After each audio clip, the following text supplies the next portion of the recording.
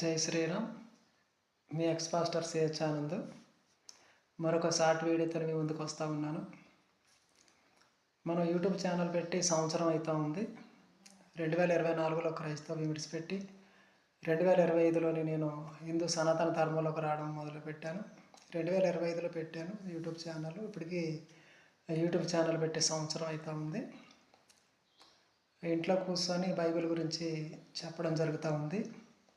బయట సమాజంలోకి వెళ్ళి గ్రామాలను దర్శించి మరొక సనాతన ధర్మ ప్రచారం చేయాలని సంవత్సరం నుంచి చెప్తా వస్తూ ఉన్నాను. ఒక సెకండ్ హ్యాండ్ వెహికల్ కొనాలని మిమ్మల్ని అందరినీ అడగడం జరుగుతూ ఉంది. బయటికి వెళ్ళి సెకండ్ హ్యాండ్ బండి అడిగినప్పుడు 23,000 రూపాయలు చెప్పారు బండి. ఇప్పటికీ కొనలేకపోయాను. జై శ్రీరామ్.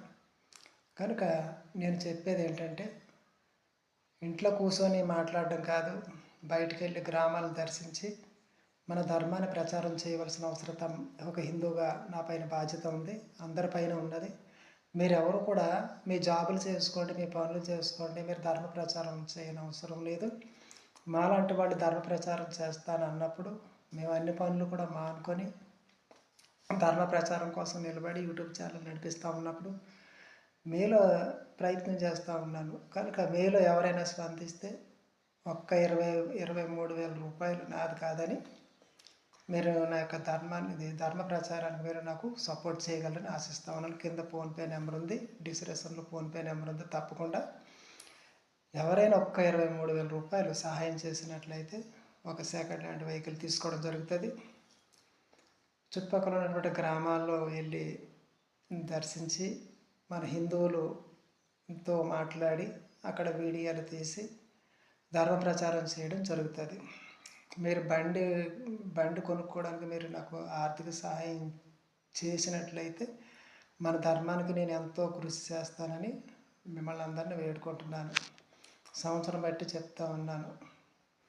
మీకు ఏదైనా అవసరం ఉంటే దండమని మీరు కొనుక్కోగలరు. మీ వెనకాల బ్యాక్గ్రౌండ్ ఉంది, మీ వెనకాల బ్యాక్గ్రౌండ్ లేదు. అందుకే ఆర్థిక సాయం చేయమని అడుగుతున్నాను ఒక్క బండి కొనుక్కోవడానికి. దయచేసి ఆలోచించండి, నా బాధ అర్థం చేసుకోండి.